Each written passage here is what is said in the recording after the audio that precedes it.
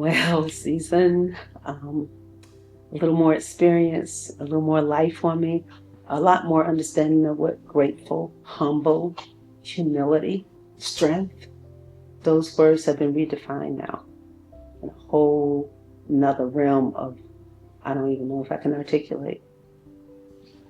Once again, those activities of daily living that you take for granted. Oh, I can cook. I get the kids out. I get all this done. I'm now a empty nester. I'm getting. I get the house done in X amount of time now. Don't have it. You become. I've become so much more appreciative of something that seems so super small. Things you take for granted. Having a husband just been diagnosed a year ago for Parkinson's, and cognitively, he's not even aware of things that he does not comprehend as fast, that we just take so for granted. And I don't know why.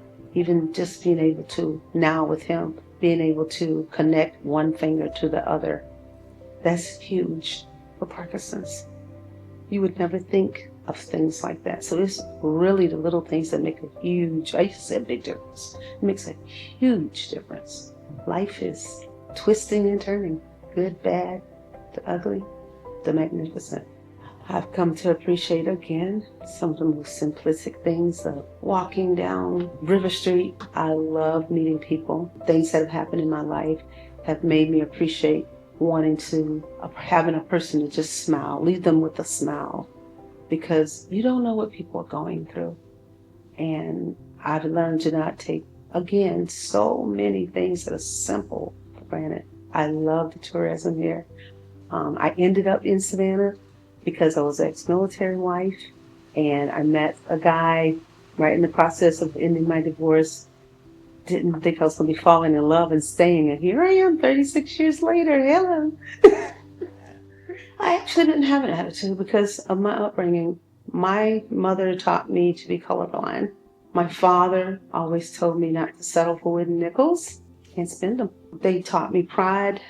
They taught me to love myself no matter what. And I think those things, and I grew up in a diverse family. I have an uncle that was married to a German, and they would have been married like 70 years now. So I was used to diversity, which brings me back to why I love Savannah. Diversity. And I love that. So I love learning different cultures. I love that. Having breast cancer made me realize I didn't know how much strength I really had. I was really kind of feeling sorry for myself, sort of. I'm in healthcare, and I think, they say knowledge is king, but it can be a blessing and a curse. So I was it really in overdrive. But the ladies that were there going through their treatment just made me like, no, you need to pick up your boots. We got to go. You have things to do. You have life to live until you don't. And they inspired me so much during my breast cancer, looking at them and the end stages of it. And it's like, you fight till there's no more fight, because every day all of us are counting down, not up. And they taught me a lot. There was children in there. It's a child that coded and coughed a little bit. Oh, like, I'm back. So the resilience of a child. So that made me really stronger than I thought I could be. It's somewhere deep, very, very deep. You don't know how strong you are until you're faced with certain things in life. Well, I found the strength after losing my granddaughter to suicide. Only a month prior to me ending treatment with breast cancer. I was fighting for my life, not knowing that she was trying to end hers. But what I learned through the patients, the older patients, the children about life, made me strong for her. I had to respect her decision, and because I just wanted her back.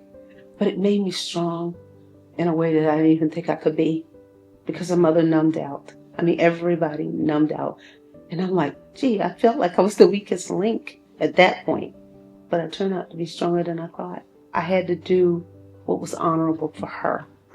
And why this is so important to me, why I want to make people smile, because I didn't know she wasn't smiling on the inside. So if you're not smiling on the inside, it doesn't always show on the outside. I learned a lot from her death. I learned a lot from her life. And it looks like she was doing so much so fast. But like I said, we're counting down, not up. Those cramps that you didn't know you were going to have. You thought you could hop up like you did hopscotch when you were 6. And then you get ready to move and it doesn't cooperate with your brain is saying, yeah, I got this. But then your body said, no, you don't. You've been working on this body 60 years, 60 plus years, and this is the only one you got. It gets tired, gets worn. You got to take, and it taught me to take even better care of myself. You're like, oh man, and it goes fast. You think you got all this time in your 40s.